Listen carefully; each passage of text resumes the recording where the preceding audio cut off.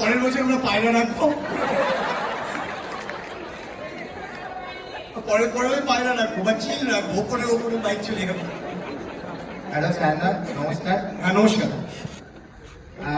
আমার তোমার কাছে একটা কোশ্চেন, যেটা হচ্ছে তুমি তো যখন অ্যাক্টিভিস্টটা করতে খুবই ভালো লাগতো শুনতে, কিন্তু এখন বর্তমানে এই যে একটা এন্টারটেইনমেন্ট বা এই যে একটা বিনোদন, এই যে একটা মানুষকে হাসানো, এটা তোমার কি মনে হয় কমে কমে আসছে বা হ্যাঁ, কারণ ভুলে যাচ্ছে? না, ভাসতে বলিনি, মানুষ একটু বেশি রেগে যাচ্ছে এখন। আগে যেমন জোক বললে মানুষ জোকটাকে যোগই নিত, ধরো এই যে মজা করছি এখন কেসকে যাবে। এখন হচ্ছে মানুষ সিরিয়াসলি নেয় মানুষ যদি জোকটাকে যোগ হিসেবেই নেয়, আমাদের চাপ কম এখন।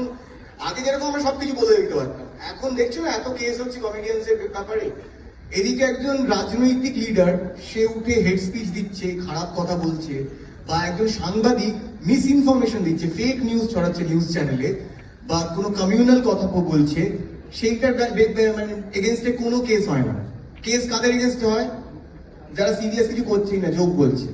যারা সিরিয়াস কিছু করছে, মাইক হাতে পেয়ে বা একটা পাবলিক প্ল্যাটফর্মে মিস ইনফরমেশন থেকে শুরু করে হেট কমেন্ট সবকিছু ছড়াচ্ছে, তাদের বিরুদ্ধে কোনো কেস হয় না। কেস হয় আমাদের ব্যাপারে। তো সেই কারণে আমার মনে হয় মানুষ হাসতে ভুলে গেছে, তা নয়, মানুষ একটু বেশি রেগে যাচ্ছে। আমার মনে হয় মানুষের যোগকে দাদা একটা যোগ হবে। হ্যাঁ, যোগই তো বলছি নাকি? কি বলছি? তোমার কোনো খুব ফেভারিট কোনো যোগ, তোমার নিজের পছন্দের?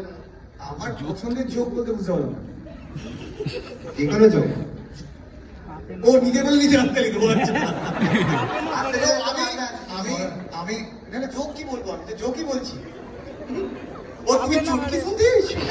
চুটকি আমি বলি না।